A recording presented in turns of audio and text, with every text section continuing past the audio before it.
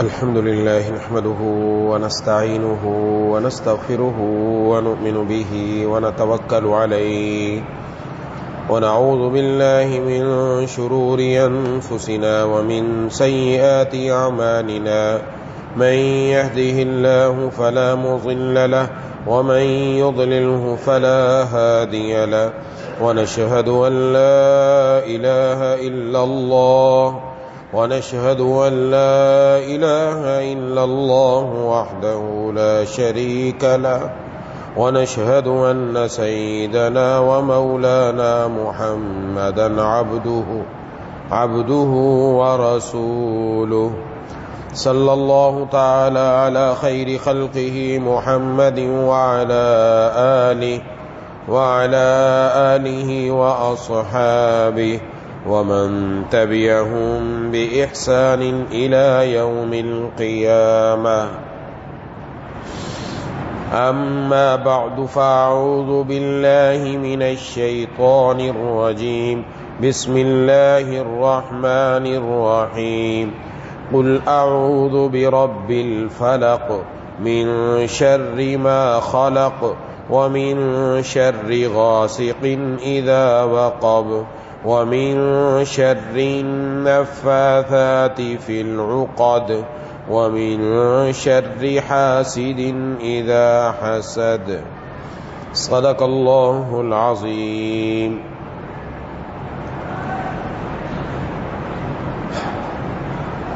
میرے دوستوں اور ساتھیوں،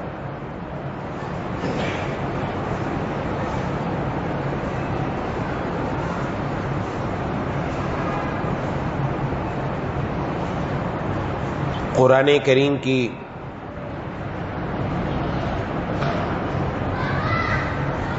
آخری دو سورتیں سورۃ الفلق اور سورۃ الناس، ان کو معوذتین کہا جاتا ہے.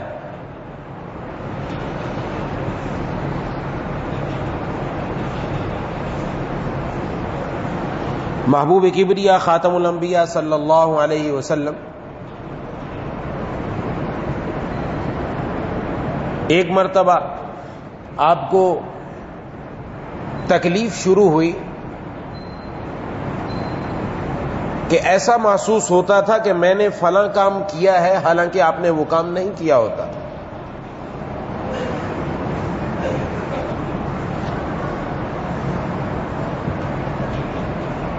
بخاری شریف میں بھی حدیث ہے، دوسری احادیث میں بھی موجود ہے کہ آپ صلی اللہ علیہ وسلم نے حضرت عائشہ صدیقہ رضی اللہ تعالی عنہا کو بتایا کہ میں سو رہا تھا، خواب میں میرے پاس دو فرشتے آئے، ان میں سے ایک میرے سر کے پاس بیٹھ گیا اور دوسرا پاؤں کے پاس بیٹھ گیا. تو ایک نے دوسرے سے پوچھا کہ ان کو کیا ہوا ہے؟ تو اس نے جواب دیا کہ ان پر جادو ہوا ہے. تو اس نے پوچھا کہ جادو کس نے کیا ہے؟ کہا کہ جادو لبید بن اعصم نامی یہودی نے کیا ہے. اس نے کہا کس میں کیا ہے؟ کہا کہ کنگھے میں کچھ بال ہیں اور کھجور کے خوشے خشک ان کا غلاف ہے. اس نے پوچھا کہ کہاں کیا ہے؟ تو اس نے جواب دیا بیر دورہ میں. ایک کنویں کا نام لیا، فلاں کنویں کے اندر. تو حضرت عائشہ صدیقہ رضی اللہ تعالیٰ عنہ نے جناب نبی کریم صلی اللہ علیہ وسلم سے پوچھا کہ آپ پھر وہاں تشریف لے گئے؟ فرمایا ہاں میں وہاں گیا تھا. اس کنویں کا پانی اس کا رنگ تبدیل ہو چکا تھا اس جادو کی وجہ سے. اور ایک روایت میں آتا ہے کہ آپ نے وہ جو چیزیں تھیں وہ نکلوائیں تو اس کے اندر 11 گرہیں لگی ہوئی تھی. یہ قل اعوذ برب الفلق اور قل اعوذ برب الناس دونوں آخری صورتیں، ان کی آیتوں کی تعداد بھی 11 ہے. آپ صلی اللہ علیہ وسلم ایک آیت پڑھتے گرہ کھولتے، دوسری آیت پڑھتے گرہ کھولتے، جب 11 کی 11 کھل گئی تو فرمایا مجھے ایسا محسوس ہو رہا ہے کہ پہلے کسی نے مجھے بند کر دیا تھا، اب میں آزاد ہو گیا ہوں۔ یہ جو صورتیں نازل ہوئی ہیں اسی مقصد کے لیے۔ سب سے پہلی بات یہاں سمجھنے کی ہے کہ محبوب کبریا خاتم الانبیاء صلی اللہ علیہ وسلم اللہ کے بعد دنیا میں سب سے بزرگ ترین ہستی ہیں، یہ ہمارا عقیدہ ہے۔ لیکن چونکہ انسان تھے، کوئی فرشتے نہیں تھے، اس لیے دنیا کے جتنے بھی معاملات ہیں وہ ان کے ساتھ تھے، کھاتے بھی ہیں، پیتے بھی ہیں، ہاں جی، آپ نے شادیاں بھی کی۔ چونکہ آپ صلی اللہ علیہ وسلم امت کی ہدایت اور رہنمائی کے لیے آئے، اور ساری دنیا انسان ہے، انسانوں کی رہنمائی کے لیے آئے، اس لیے قرآن کریم میں فرمایا انسانوں کی رہنمائی کے لیے انسان ہی آ سکتا تھا۔ فرشتہ بھیجتے تو تم کہتے کہ یہ تو فرشتہ ہے، اس کو نہ کھانے کی ضرورت، نہ پینے کی ضرورت، اس کو نہ گھر کی ضرورت، ہمیں تو ضرورت ہے، ہم نے تو کھانا پینا بھی ہے، کاروبار بھی کرنا، ہم نمازیں کیسے پڑھیں، ہم روزے کیسے رکھیں، ہم زکوٰۃ کیسے دیں۔ اس لیے اللہ تبارک و تعالیٰ نے انسانوں کی ہدایت کے لیے ایک انسان ہی کو بھیجا جو سب سے اعلیٰ اور برتر تھے، ان کو بھیج کر بتلایا یہ بھی تمہاری طرح انسان ہے، ان کی ضروریات بھی تمہاری طرح ہیں، لیکن یہ پھر بھی تمہارے اندر رہ کر میری تمام احکامات پر عمل کرنے والے ہیں، کہ ان کو دیکھ کر انسان کو پتا چلے کہ وہ ہماری ہدایت کے لیے آئے تو ہمیں بھی یہی کام کرنے ہیں۔ تو اب یہ معاملات، بیماری، تکلیف، پریشانی انسانوں کو ہونی تھی، جادو بھی ہونا تھا۔ اب اس میں کیا کیا جائے؟ شریعت نے رہنمائی کی، آپ صلی اللہ علیہ وسلم پر جادو ہوا احادیث کے مطابق، تو اب امت کی رہنمائی کی گئی کہ اس وقت تم نے کیا کرنا ہے، اگر تمہیں یہ تکلیف پہنچے، اگر تمہیں یہ پریشانی پہنچے، پھر کیا کرنا ہے؟ تو پھر یہ کرنا ہے کہ آخری 2 سورتوں کو پڑھنا شروع کر دو۔ حدیث میں جناب نبی کریم صلی اللہ علیہ وسلم نے فرمایا جو بندہ صبح و شام ان دونوں صورتوں کو اور سورہ اخلاص قل هو اللہ احد کو پڑھتا ہے، وہ ہر شر سے اس کے لیے کافی ہو جاتی ہے، چاہے انسانوں کا شر ہو، چاہے جنات کا شر ہو، چاہے جادو کا شر ہو، کسی کا شر ہو۔ آپ صلی اللہ علیہ وسلم کا خود معمول تھا، روزانہ آپ صبح و شام یہ صورتیں پڑھ کر آخری 2 صورتیں اپنے ہاتھوں پر دم فرماتے اور پورے جسم پر پھیرا کرتے تھے۔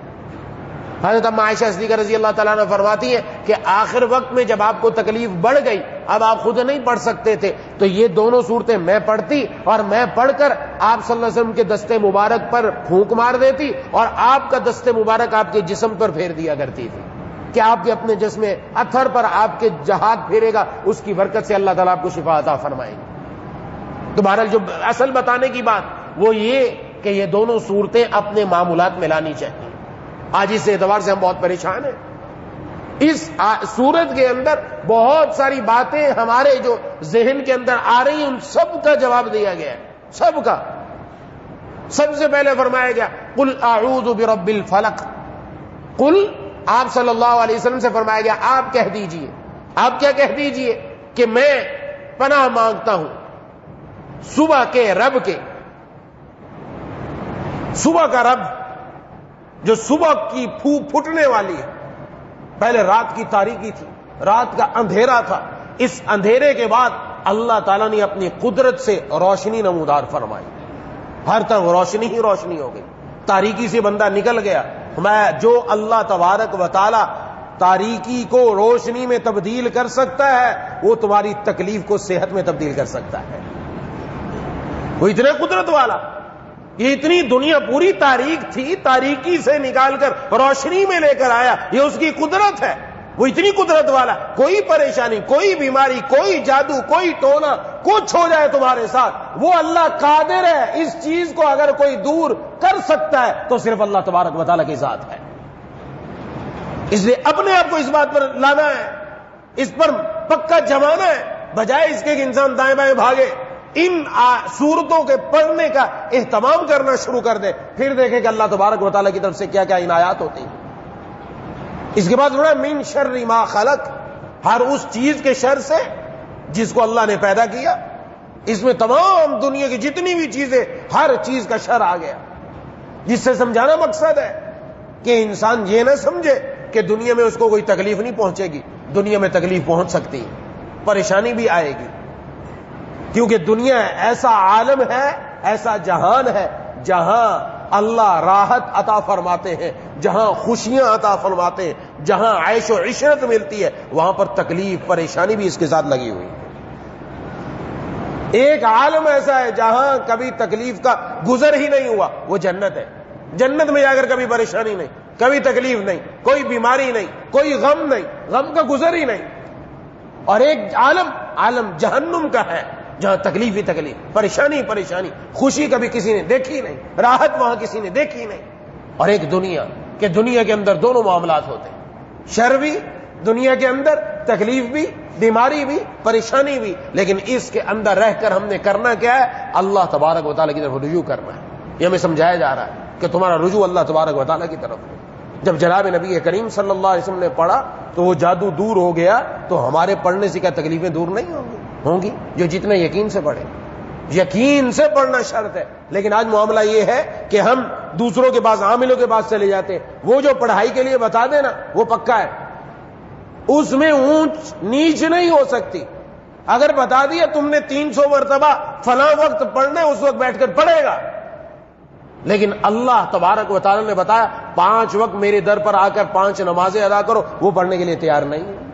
محبوب کبریا خاتم الانبیاء صلی اللہ علیہ وسلم نے معمولات بتائیں, صبح کو تم نے کیا ذکر کرنا ہے, دوپہر کو کیا کرنا ہے, شام کو کیا کرنا ہے, سوتے ہوئے کیا کرنا ہے, اٹھتے ہوئے کیا کرنا ہے, پانی پیتے ہوئے کیا کرنا ہے, پانی اور کھانا کھاتے ہوئے کیا کرنا ہے, گھر میں داخل ہوتے ہوئے کیا کرنا ہے, گھر سے نکلتے ہوئے کیا کرنا ہے. وہ سارے ذکر ہمارے سامنے موجود ہے, لیکن آج امت اس کو لینے کے لیے تیار نہیں. کتنے لوگ ہیں جو اس پر عمل کرتے ہیں؟ عامل بات بتا دے, وہاں پیسہ بھی لگائے گا, خرچ بھی کرے گا, اور بس اس کی بات پر پکا یقین ہے. کوئی وظیفہ بتا دو, اور جب وظیفہ بتا دیا اب اس نتیجے پہ پہنچا ہوا ہے میں نے وظیفہ پڑھا ہے, کام ضرور بن کر رہے گا. کیا نتیجہ؟ کام ضرور بن کر رہے گا. یاد رکھنا چاہیے, میرے مرشد رحمہ اللہ فرمایا کرتے تھے, عارف باللہ مجدد زمانہ حضرت اقدس حضرت مولانا شاہ حکیم محمد اختر صاحب نور اللہ مرکزہ, کہ وظیفہ اللہ پر حکومت نہیں کرتا. آپ نے وظیفہ پڑھا, کام بن گیا, حکومت کر رہا ہے؟ نہیں نہیں, وظیفہ اللہ سے درخواست ہے, یا اللہ یہ کام میرا بنا دیجئے. اب مرضی ان کی ہے کام بن جائے یا نہ بنے. اسے ذہن سے یہ نکال دینا چاہیے. جتنا وظیفہ پر اعتماد ہے نا, اتنا اگر سنت پر ہوتا تو نہ جانے کہاں سے کہاں تک پہنچ جاتے. آج ہماری زندگیوں سے سنت اعمال نکل گئے.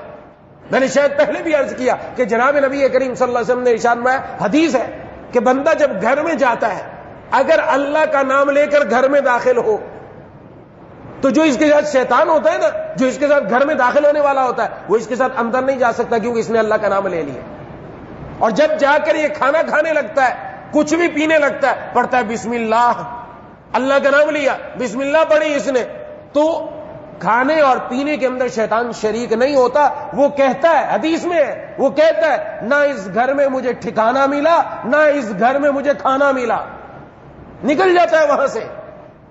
اور فرمایا جو بندہ گھر میں داخل ہوا اس نے اللہ کا نام نہیں لیا, اللہ کا نام لیے بغیر داخل ہو گیا. آگے جا کے کھانا کھانے کا ٹائم آیا, پینے کا ٹائم آیا, اللہ کا نام نہیں لیا, شیطان جو اس کے ساتھ اندر گیا وہ کہتا ہے اس گھر میں ٹھکانہ بھی ملا, کھانا بھی ملا. شیطان کو تو اندر ہم ساتھ لے کر آئے, اثرات کہاں سے ہے؟ کہ دور باہر سے ہے, اثرات تو ساتھ اندر جا رہا ہے نا ہمارے اثر. ایک چھوٹا سا عمل ہے بظاہر یہ نظر آنے والا, لیکن یہ سنت ایسی ہے, اس سنت پر عمل کرنے سے نہ جانے کتنی بڑی بڑی تکلیفوں اور بیماریوں سے ہم بچ جائیں. اب یہ عمل میں نہیں ہے, لیکن کسی نے بتا دیا کہ تو نے گھر میں داخل ہونے سے پہلے باہر اس دہلیز پر کھڑے ہو کر یہ پڑھنا ہے, یہاں یہ نقشہ لگا دو, یہاں یہ لگا دو, یہاں یہ لگا دو, وہ سب گھر لگ جائے گا, لیکن سنت پر عمل کرنے کے لیے پھر بھی تیار نہیں ہوگا. مسئلہ یہ ہے, کرے تو کرے گیا. محبوب کبریا خاتم الانبیاء صلی اللہ علیہ وسلم اپنے عمل سے جو چیز ہمیں بتلا کر گئے, اس میں جتنا اثر ہے کسی چیز میں وہ اثر نہیں. اور پھر وہ عمل جو خود اللہ نے بیان فرمایا, خود اللہ تعالی نے حضرت جبرائیل امین کے ذریعے بھیجا ہے جناب نبی کریم صلی اللہ علیہ وسلم کے پاس, وہ عمل اس کی کیا حقیقت ہوگی اور اس کا کیا فائدہ ہوگا اور اس کا کتنا اثر ہوگا, اپنی زندگی میں کر دیکھیں تو پتہ چل جائے گا. اس لیے صبح و شام میں اور آپ بھی اہتمام کریں. آج ہر انسان تکلیف میں, پریشانی میں، گھر کے اعتبار سے، بچوں کے اعتبار سے، کاروبار کے اعتبار سے، رزق کے اعتبار سے، ہاں جی بہت سارے مسائل ہیں کہ بھئی کام، جس کام میں ہاتھ ڈالتے ہیں کام آگے بڑھتا ہی نہیں ہے، کام رکتا ہوا نظر آتا ہے، پیسہ لگا دیا پیسہ آتا ہوا نظر نہیں آتا، بیماریاں بھی ہیں، تکلیفیں بھی ہیں، گھر میں آ جاؤ یہ پریشانی، بس یہ دونوں صورتوں کو صبح اور شام 3 مرتبہ یقین کے ساتھ خود بھی پڑھیں، بچوں کو بھی یاد کرائیں، گھر والوں کو بھی یاد کرائیں، سب پڑھیں، پھر دیکھیں گے گھر میں اللہ تبارک و تعالیٰ کیا عطا فرماتے ہیں۔ تو دوسری جو چیز ہے وہ اس میں من شر ما خلق، اس کے بعد قرآن کریم میں فرمایا گیا ومن شر غاسق اذا وقب، اور اندھیری رات کے شر سے جب وہ پھیل جائے، اندھیری رات کے شر سے جب وہ پھیل جائے، کیونکہ عموماً جو جادو کرنے والے ہوتے ہیں یہ رات کے اندھیرے میں کرتے ہیں، ان کو اندھیروں سے مناسبت ہوتی ہے۔ یہ جتنے کالے جادو کرنے والے انتہائی گندے اور ناپاک رہتے ہیں، ہمارے بہت سارے مسلمان نعوذ باللہ ان کے پاس جاتے ہیں، جو صبح سے شام تک گندا رہے، جو ناپاک رہے، جس کو پیشاب بہانے کا پتہ نہیں، اس کے علاوہ وہ ناپاک ہے، وہ کیا ہمیں کچھ دے گا تو فائدہ ہو سکتا ہے؟ اور شیاطین آ کے چمٹیں گے ہم سے، اور ہمارے مسلمان بھائی اللہ ان پر رحم فرمائے، سمجھ عطا فرمائے، ان کے پاس جا رہے ہیں، اور اس کے ہاتھ میں کیا رکھا ہے؟ ناپاک ہی ناپاک ہے، وہ شیاطین سے تو مدد لے سکتا ہے، رب کی مدد کبھی اس گھر میں نہیں آ سکتی، یاد رکھیں۔ اور کہتے بھی گندے اسی لیے، ان کو اندھیروں سے مناسبت، جادو کو اندھیرے سے مناسبت، اس کو شیاطین سے مناسبت، رات کی تاریکی کے اندر، اندھیرے کے اندر یہ سب چیزیں اکٹھی ہوتی ہیں اور اس کے ذریعے یہ لوگوں کے اوپر معاملہ کرتے ہیں۔ تو اس لیے اس سے گھبرانا نہیں چاہیے، ہمارے پاس ہتھیار موجود ہے۔ ہتھیار کون سا موجود ہے؟ یہ قل اعوذ برب الناس، قل اعوذ برب الفلق والا ہتھیار، اور یہ رحمان کا بتایا ہوا وظیفہ ہے، اور میرے مرشد فرمایا کرتے تھے جو رحمان کا بتایا ہوا وظیفہ ہے شیطان کے پاس اس کا توڑ نہیں ہے، شیطان اس کا توڑ نہیں کر سکتا، جو رحمان کا بتایا ہوا وظیفہ ہے۔ ہمارے اندر کمی ہے، اعمال میں کمی ہے، نورانیت میں کمی ہے، اس وجہ سے معاملات ہوتے ہیں، ورنہ اگر یہ عمل شروع کر دیں تو کبھی بھی کوئی چیز ہمارا پیچھا نہیں کر سکتی۔ ہوگی تکلیف، پریشانی آئے گی، لیکن کچھ لمحے کے لیے ان کی برکت سے اللہ تعالیٰ صحت عطا فرما دیں گے۔ تو اس لیے اس کا اہتمام ہو کہ میں نے بتایا رات کی تاریکی، اچھا اندھیرے سے مراد صرف یہی نہیں ہے، ہم سمجھے رات آئی تو اندھیرا ہے، یا نہیں، یہ دنیا میں بڑے اندھیرے ہیں، کفر کا اندھیرا، شرک کا اندھیرا، گناہوں کا اندھیرا، بدعمالیوں کا اندھیرا، بے حیائی، عریانی اور فحاشی کا اندھیرا، حرام خوری کا اندھیرا، رشوت اور چوری اور ڈاکے کا اندھیرا، یہ سارے کے سارے دنیا میں اندھیرے۔ ہر چیز جو اللہ سے دور کرنے والی یہ ظلمت ہے، یہ تاریکی ہے، یہ اندھیرا ہے، اور ہر اندھیرے سے بندہ پناہ مانگ رہا ہے۔ اب دن کی روشنی میں بھی ہے، بظاہر اندھیرا نہیں ہے، لیکن اس وقت بھی ضرورت ہے کہ ہم اندھیروں سے پناہ میں آ جائیں، یہ کفر کے اندھیرے سے، شرک کے اندھیرے سے، برے اعمال کے اندھیروں سے، گناہوں کے اندھیروں سے، ان تمام اندھیروں سے ہماری حفاظت ہو جائے۔ اس لیے مانگا جا رہا ہے کہ یا اللہ ان تمام اندھیروں سے ہم پناہ میں، آپ کی پناہ میں آتے ہیں، آپ ہمیں اپنی پناہ میں لے لیجیے۔ آج معاملہ یہ باہر چوکوں چوراہوں پر تھلوں پر بیٹھ کر ہم تبصرے کرتے ہیں، یہ ہو رہا ہے جی، یہ ہو رہا ہے، یہ مہنگائی بڑھ گئی، یہ فلاں ہو گیا، یہ ہو گیا۔ یہاں بتایا جا رہا ہے یہ سب جتنے بھی اندھیرے نظر آ رہے ہیں، جتنی بھی تاریکیاں نظر آ رہی ہیں، جتنے بھی بند راستے نظر آ رہے ہیں، جتنے بھی پریشانیاں نظر آ رہی ہیں، یہ تھلوں پر بیٹھ کر یہ باتیں کرنے سے حل ہونے والے نہیں۔ بتایا جا رہا رجوع اللہ کرو، رب کے سامنے آ کر رو، یا اللہ یہ اندھیرا ہے، اس اندھیرے سے ہماری حفاظت فرما، اس درد کو دور فرما، اس تکلیف کو دور فرما، اس تنگی کو دور فرما۔ آ کر جب بندہ رب تعالیٰ کے سامنے مانگنے والا بن جائے گا، ضرور اللہ تبارک و تعالیٰ کی طرف سے عطا ہو جائے گی۔ لیکن آج معاملہ یہ ہے کہ ہم مانگنے والے ہی نہیں ہیں، تبصرہ بہت ہے، تبصرہ بہت ہے، تبصرہ کرنے کے لیے وقت ہے، رب کے سامنے آ کر مانگنے کے لیے وقت نہیں۔ کہ بارہا بتایا اللہ سے تو دعا مانگتے ہی رہنا چاہیے، اور جو بندہ اخلاص سے مانگے، دل سے مانگے، اللہ ضرور دعا قبول فرماتے ہیں۔ لیکن بعض مواقع ایسے ہیں جو دعا کی قبولیت کے زیادہ ہیں۔ فرض نماز کے بعد دعا مانگنے کا موقع ہے، جمعے والے دن ایک گھڑی آتی ہے جس گھڑی میں حدیث شریف کا مفہوم ہے کہ جس کو دعا کرنے کی توفیق ہو جائے اللہ دعا قبول فرماتے ہیں۔ اور محدثین نے فرمایا کہ وہ والی گھڑی عصر کے بعد مغرب سے پہلے کی ہے. کتنے لوگ ہیں جو اس میں آگے دعا کرتے ہیں مانگنے والا, اور وہ بھی گڑ گڑا کر رب کے سامنے آہوزاری کرے, رب کے سامنے اشکباری کرے, رب کو آ کر منائے, اپنی تکلیف اللہ کے سامنے رکھے. جس طرح دنیا والوں کے سامنے تبصرے ہو رہے ہیں, اس سے بڑھ کر اصل چیز ہے مانگنا. اور اگر آپ نے مانگنا شروع کر دیا تو اندھیرے ضرور چھٹ جائیں گے انشاءاللہ. یہ ضرور تکلیفیں دور ہو جائیں گی. یہ اللہ تبارک و تعالیٰ پریشانیاں دور فرما دیں گے. ہمارے ساتھ جو کچھ ہو رہا ہے وہ ہمارے اعمال کا نتیجہ ہے, جو ہمارے اعمال کا نتیجہ ہے. اس لیے صرف اندھیرا رات کا ہی نہیں ہے, بہت سارے اندھیروں ہیں. ان اندھیروں سے مجھے اور آپ کو اپنی حفاظت کرنی, اور ان اندھیروں سے بچنے کے لیے ایک چیز یہ بتائی گئی ہے, قل اعوذ برب الفلق, قل اعوذ برب الناس, صبح و شام 3 مرتبہ پڑھنے کا اہتمام کریں. گھر میں بھی قرآن کریم کی تلاوت کا اہتمام ہو, خود بھی قرآن کریم کی تلاوت کا اہتمام کرے. جب دل میں نور ہوگا نا تو وہاں ظلمت نہیں آ سکتی, وہاں تاریکی نہیں آ سکتی. ان چیزوں کا اثر سب سے پہلے دل اور دماغ پر ہوتا ہے. یہاں اگر نور ہو تو کبھی یہاں ظلمت نہیں آئے گی, یہاں تاریکی نہیں آئے گی. اور نور تب پیدا ہوگا جب رب کے قرآن کی تلاوت ہوگی, جب اذکار ہوں گے, جب اللہ تبارک و تعالیٰ کے احکامات پر عمل ہوگا, تب نور آئے گا, ورنہ اس طرح نور نہیں آتا. اس لیے یہ بھی ذہن میں رکھنا ضروری ہے. یہاں پر جو فرمایا گیا ہے کہ رات کے اندھیرے سے جب وہ پھیل جائے, اس سے صرف رات کی تاریکی مراد نہیں بلکہ گناہوں کا اندھیرا اور ہر چیز کا اندھیرا مراد ہے. وَمِن شَرِّ النَّفَّاثَاتِ فِي الْعُقَدِ, اور گرہوں میں پھونکنے والیوں کے شر سے. یہ عموماً جو جادو کرتے ہوئے اس طرح پڑھتے جاتے ہیں, گرا لگاتے ہیں, پھر پڑھتے جاتے ہیں, پھر گرا لگاتے ہیں, تو ان کے شر سے پناہ مانگی. جیسا کہ یہ واقعہ میں نے آپ کے سامنے عرض کر دیا کہ جناب نبی کریم صلی اللہ علیہ وسلم پر جو جادو کیا گیا تھا وہ بھی اسی طرح کیا گیا. اور آخری آیت میں فرمایا, 5ویں آیت میں, وَمِن شَرِّ حَاسِدٍ إِذَا حَسَدَ, اور حسد کرنے والے کے شر سے جب وہ حسد کرے. اصل یہ مسئلہ ہے, حسد اس کے پیچھے ہے. حسد کی وجہ سے انسان یہ اعمال کرتا ہے. اور آج ہمارے ساتھ بھی یہی معاملات ہیں. کوئی آدمی اپنے کاروبار میں آگے بڑھ گیا, کاروباری ترقی ہو گئی, مکان بنا لیا, اچھے گھر میں شادی ہو گئی, بچیاں اچھے گھروں میں چلی گئیں, بچوں کے گھر بن گئے, بچے اچھی پوزیشن پر چلے گئے. اب دوسرا دیکھ کر حسد کرتا ہے, جلتا ہے. حسد کا معنی کیا ہے؟ حسد کا معنی یہ ہے کہ دل کے اندر یہ کیفیت پیدا ہوتی ہے, اس کے پاس جو نعمت ہے یہ اس کے پاس نہیں ہونی چاہیے, یہ اس کے ہاتھ سے چلی جائے, مجھے ملے نہ ملے اس کی پرواہ نہیں, بس اس کے پاس نہیں ہو. یہ حسد ہے. آج ہم دلوں کو ٹٹولے تو پتہ چلے گا کہاں کہاں حسد ہے. دوسرے کو دیکھ کر دل میں جو جلن پیدا ہو رہی ہے یہ حسد ہے, جس کی بنیاد پر انسان یہ عمل کرتا ہے. اب چاہے حاسد کا حسد ہو, چاہے شریر کا شر ہو, چاہے گروہ میں پھونکنے والیوں کا شر ہو, ہر شر سے اللہ تبارک و تعالیٰ ان دونوں صورتوں کی بدولت حفاظت فرماتے ہیں.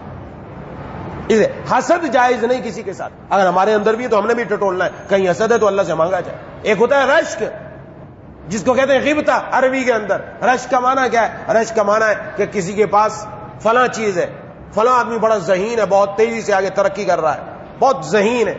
فلاں آدمی اس کے پاس دنیا کی فلاں نعمت ہے, بہت آگے سے ترقی کر رہا ہے. اللہ سے عرض کرے کہ یا اللہ یہ نعمت جس طرح اس کو دی ہے اس کے پاس بھی باقی رکھیے, اس کو اور دیجئے, مجھے بھی ایسی ہی عطا فرمائیے, مجھے بھی ایسے ہی عطا فرمائیے. حافظ ابن حجر رحمۃ اللہ علیہ حج یا عمرے پر تشریف لے گئے تو زمزم کی فضیلت یہ آئی ہے کہ زمزم پیتے ہوئے انسان جو جس نیت سے پیتا ہے اللہ تبارک و تعالی اس کا وہ کام بنا دیتے ہیں. اس میں نیت کرنی چاہیے, ویسے بھی دعا بھی سکھلائی گئی. تو فرماتے کہ میں نے جب وہ پیا تو میں نے پیتے ہوئے یہ نیت کی, یا اللہ جس طرح آپ نے علامہ ذہبی رحمت اللہ علیہ بہت بڑے محدث گزرے ہیں, بہت ذہین تھے, بڑا حافظہ تھا, یا اللہ جس طرح آپ نے ان کو حافظہ عطا فرمایا ہے اس کی بدولت مجھے بھی ویسا حافظہ عطا فرما دیں. یہ غیبتہ ہے, یہ رشک ہے, یہ کرنے کی اجازت ہے, یہ رشک کیا جائے. اس لیے جب کسی کی کوئی چیز نظر آئے دل سے یہ دعا نکالو, دل جل رہا ہو, اگر کٹ رہا ہو, اس کے پاس کیوں ہے؟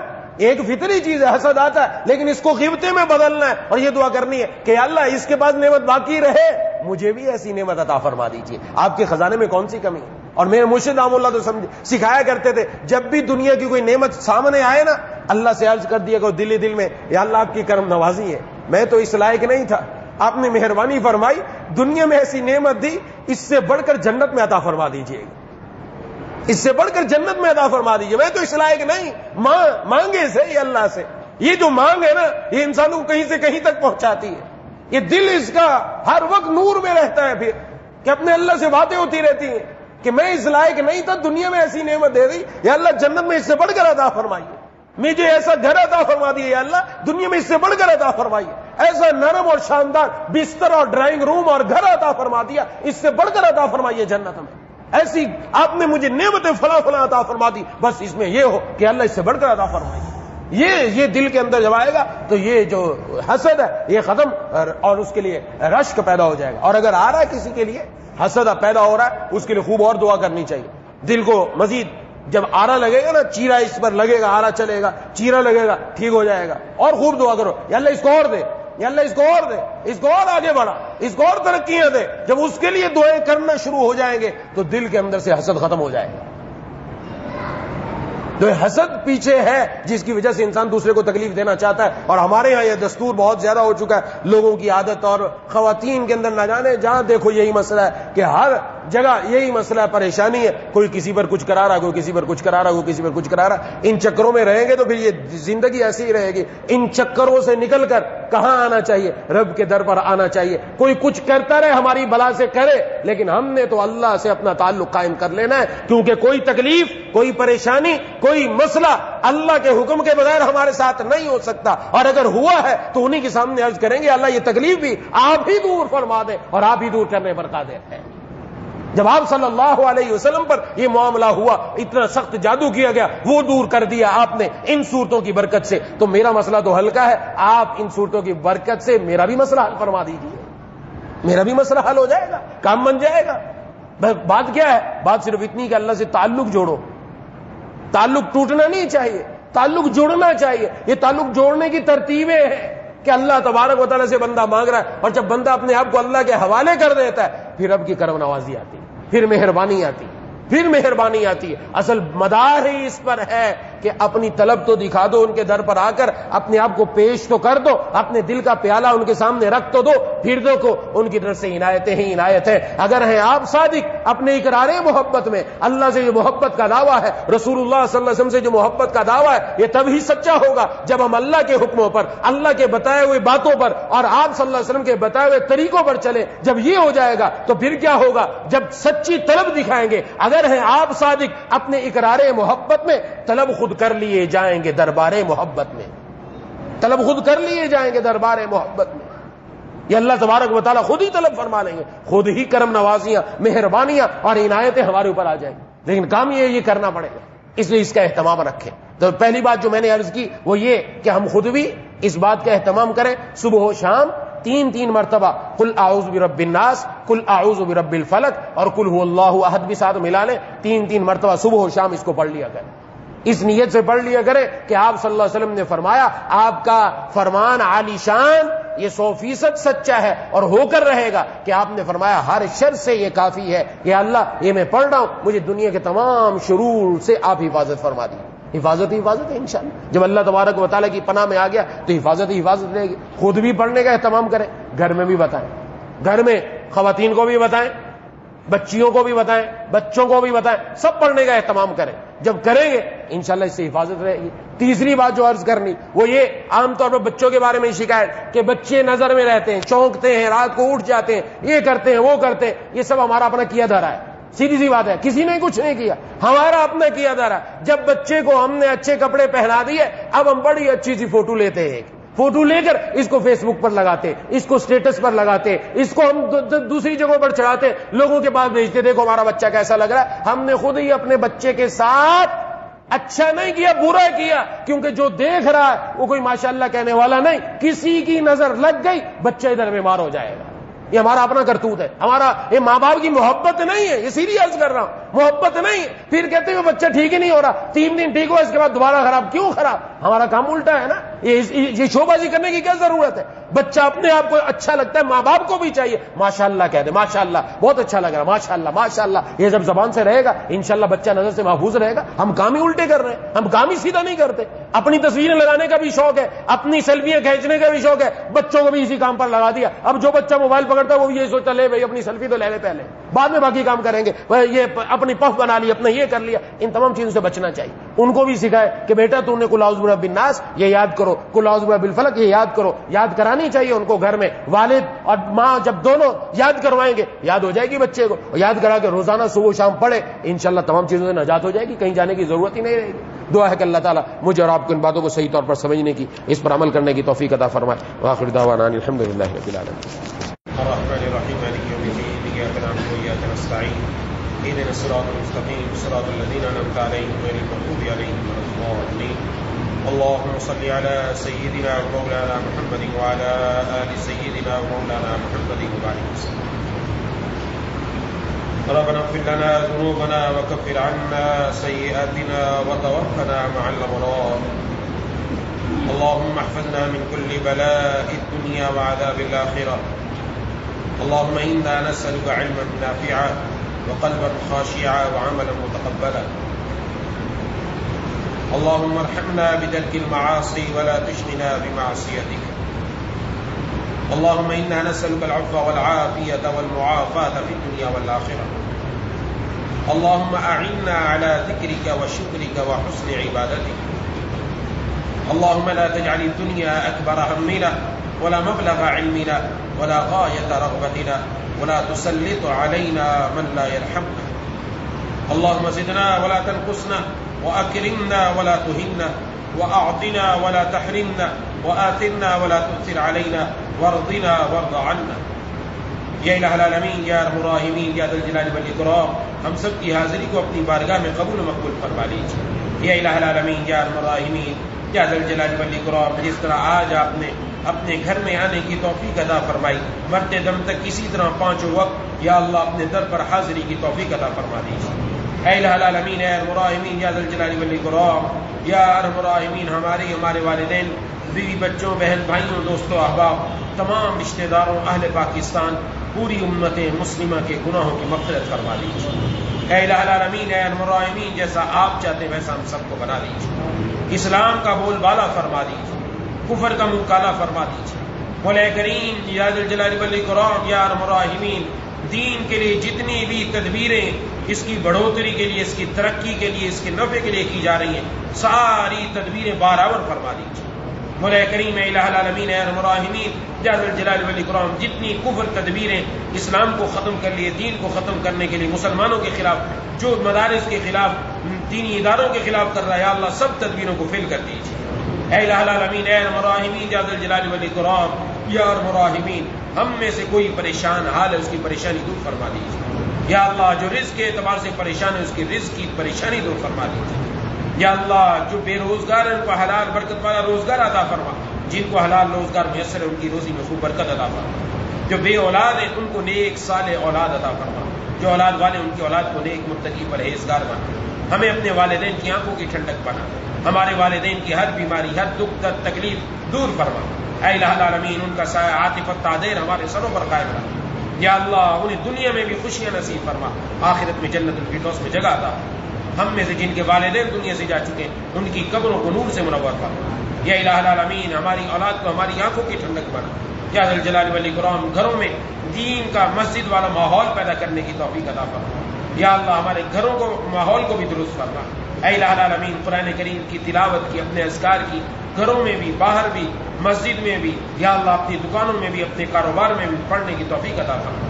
اے الہ العالمین، اے ارحم الراحمین، سلامتی اعضاء، سلامتی ایمان کے ساتھ زندہ رکھیے، سلامتی ایمان، سلامتی اعضاء کے ساتھ دنیا سے اٹھائے۔ جن ان ساتھیوں نے دعا کے لیے کہا، یہ کہنا چاہتے تھے نہیں کہہ سکے، امید رکھتے ہیں پیغام پہنچائے، نہ پہنچ سکا، جس کی جو ضرورت ہے اللہ سب پوری فرما۔ ایک خاتون ریحانہ بیگم کے لیے دعا کے لیے کہا، یا الہ العالمین ان کو شفا کاملہ عاجلہ مستمر عطا فرما۔ جو دعاؤں کے لیے کہنا چاہتے تھے نہیں کہہ سکے، یا امید رکھتے ہیں یا پیغام پہنچائے نہ پہنچ سکا، یا اللہ ان کی بھی تمام دعاؤں کو قبول فرما۔ یا الہ العالمین، مرنے سے پہلے موت کی تیاری کرنے کی توفیق عطا فرما۔ رقیق القلب، رحیم المزاج، حلیم الطبع بنا دیجیے۔ حاسدین کے حسد، شریروں کی شر، نظر بد سے محفوظ فرما دیجیے۔ یا الہ العالمین، تمام اندھیروں کو دور فرما دیجیے۔ یا اللہ تمام اندھیروں سے ہم سب کی حفاظت فرما دیجیے، ہم سب کو اپنی پناہ میں لے لیجیے۔ یا اللہ ہمارے ایمان اور اعمال کی حفاظت فرما دیجیے۔ مولا کریم کسی کا محتاج نہ فرمائیے، کسی کا محتاج نہ فرمائیے، صرف اپنا محتاج رکھیے۔ یا اللہ صرف اپنا محتاج رکھیے۔ اللهم كل خير لكل مسلم ومسلمة. اللهم ارحم أمة محمد صلى الله عليه وسلم. اللهم اغفر لنا وللمؤمنين والمؤمنات والمسلمين والمسلمات. اللهم اغفر لنا وللمؤمنين والمؤمنات والمسلمين والمسلمات. اللهم اغفر لنا وللمؤمنين والمؤمنات والمسلمين والمسلمات. اسی ہفتے میں حضرت اقدس حضرت ڈاکٹر عادل خان صاحب رحمۃ اللہ علیہ کو شہید کر دیا گیا. یا اللہ ان کے درجات کو بلند فرما, ان کا ڈرائیور ان کے درجات کو بھی بلند فرما. یا اللہ جو جو اس میں ملوث ہیں یا اللہ آپ ہی ان کو پکڑ فرما دیجیے. یا اللہ آپ ہی پکڑ فرما کر ان کو عبرتناک سزا عطا فرما دیجیے. مولا کریم الہ العالمین ہمارے تمام اکابر کی, یا اللہ تمام علماء کرام کی, تمام ہمارے اکابرین اساتذہ کرام کی, اولیاء اللہ کی, یا اللہ تبلیغی جماعتوں کی, مدارس کی, مساجد کی, خانقاہوں کی, علماء کی حفاظت فرما. یا اللہ دائیں بائیں اوپر نیچے سامنے پیچھے ہر طرف سے ہم سب کی تمام مسلمانوں کی حفاظت فرما. ربنا تقبل منا انك انت السميع العليم وتب علينا انك انت التواب الرحيم. صلی اللہ تعالی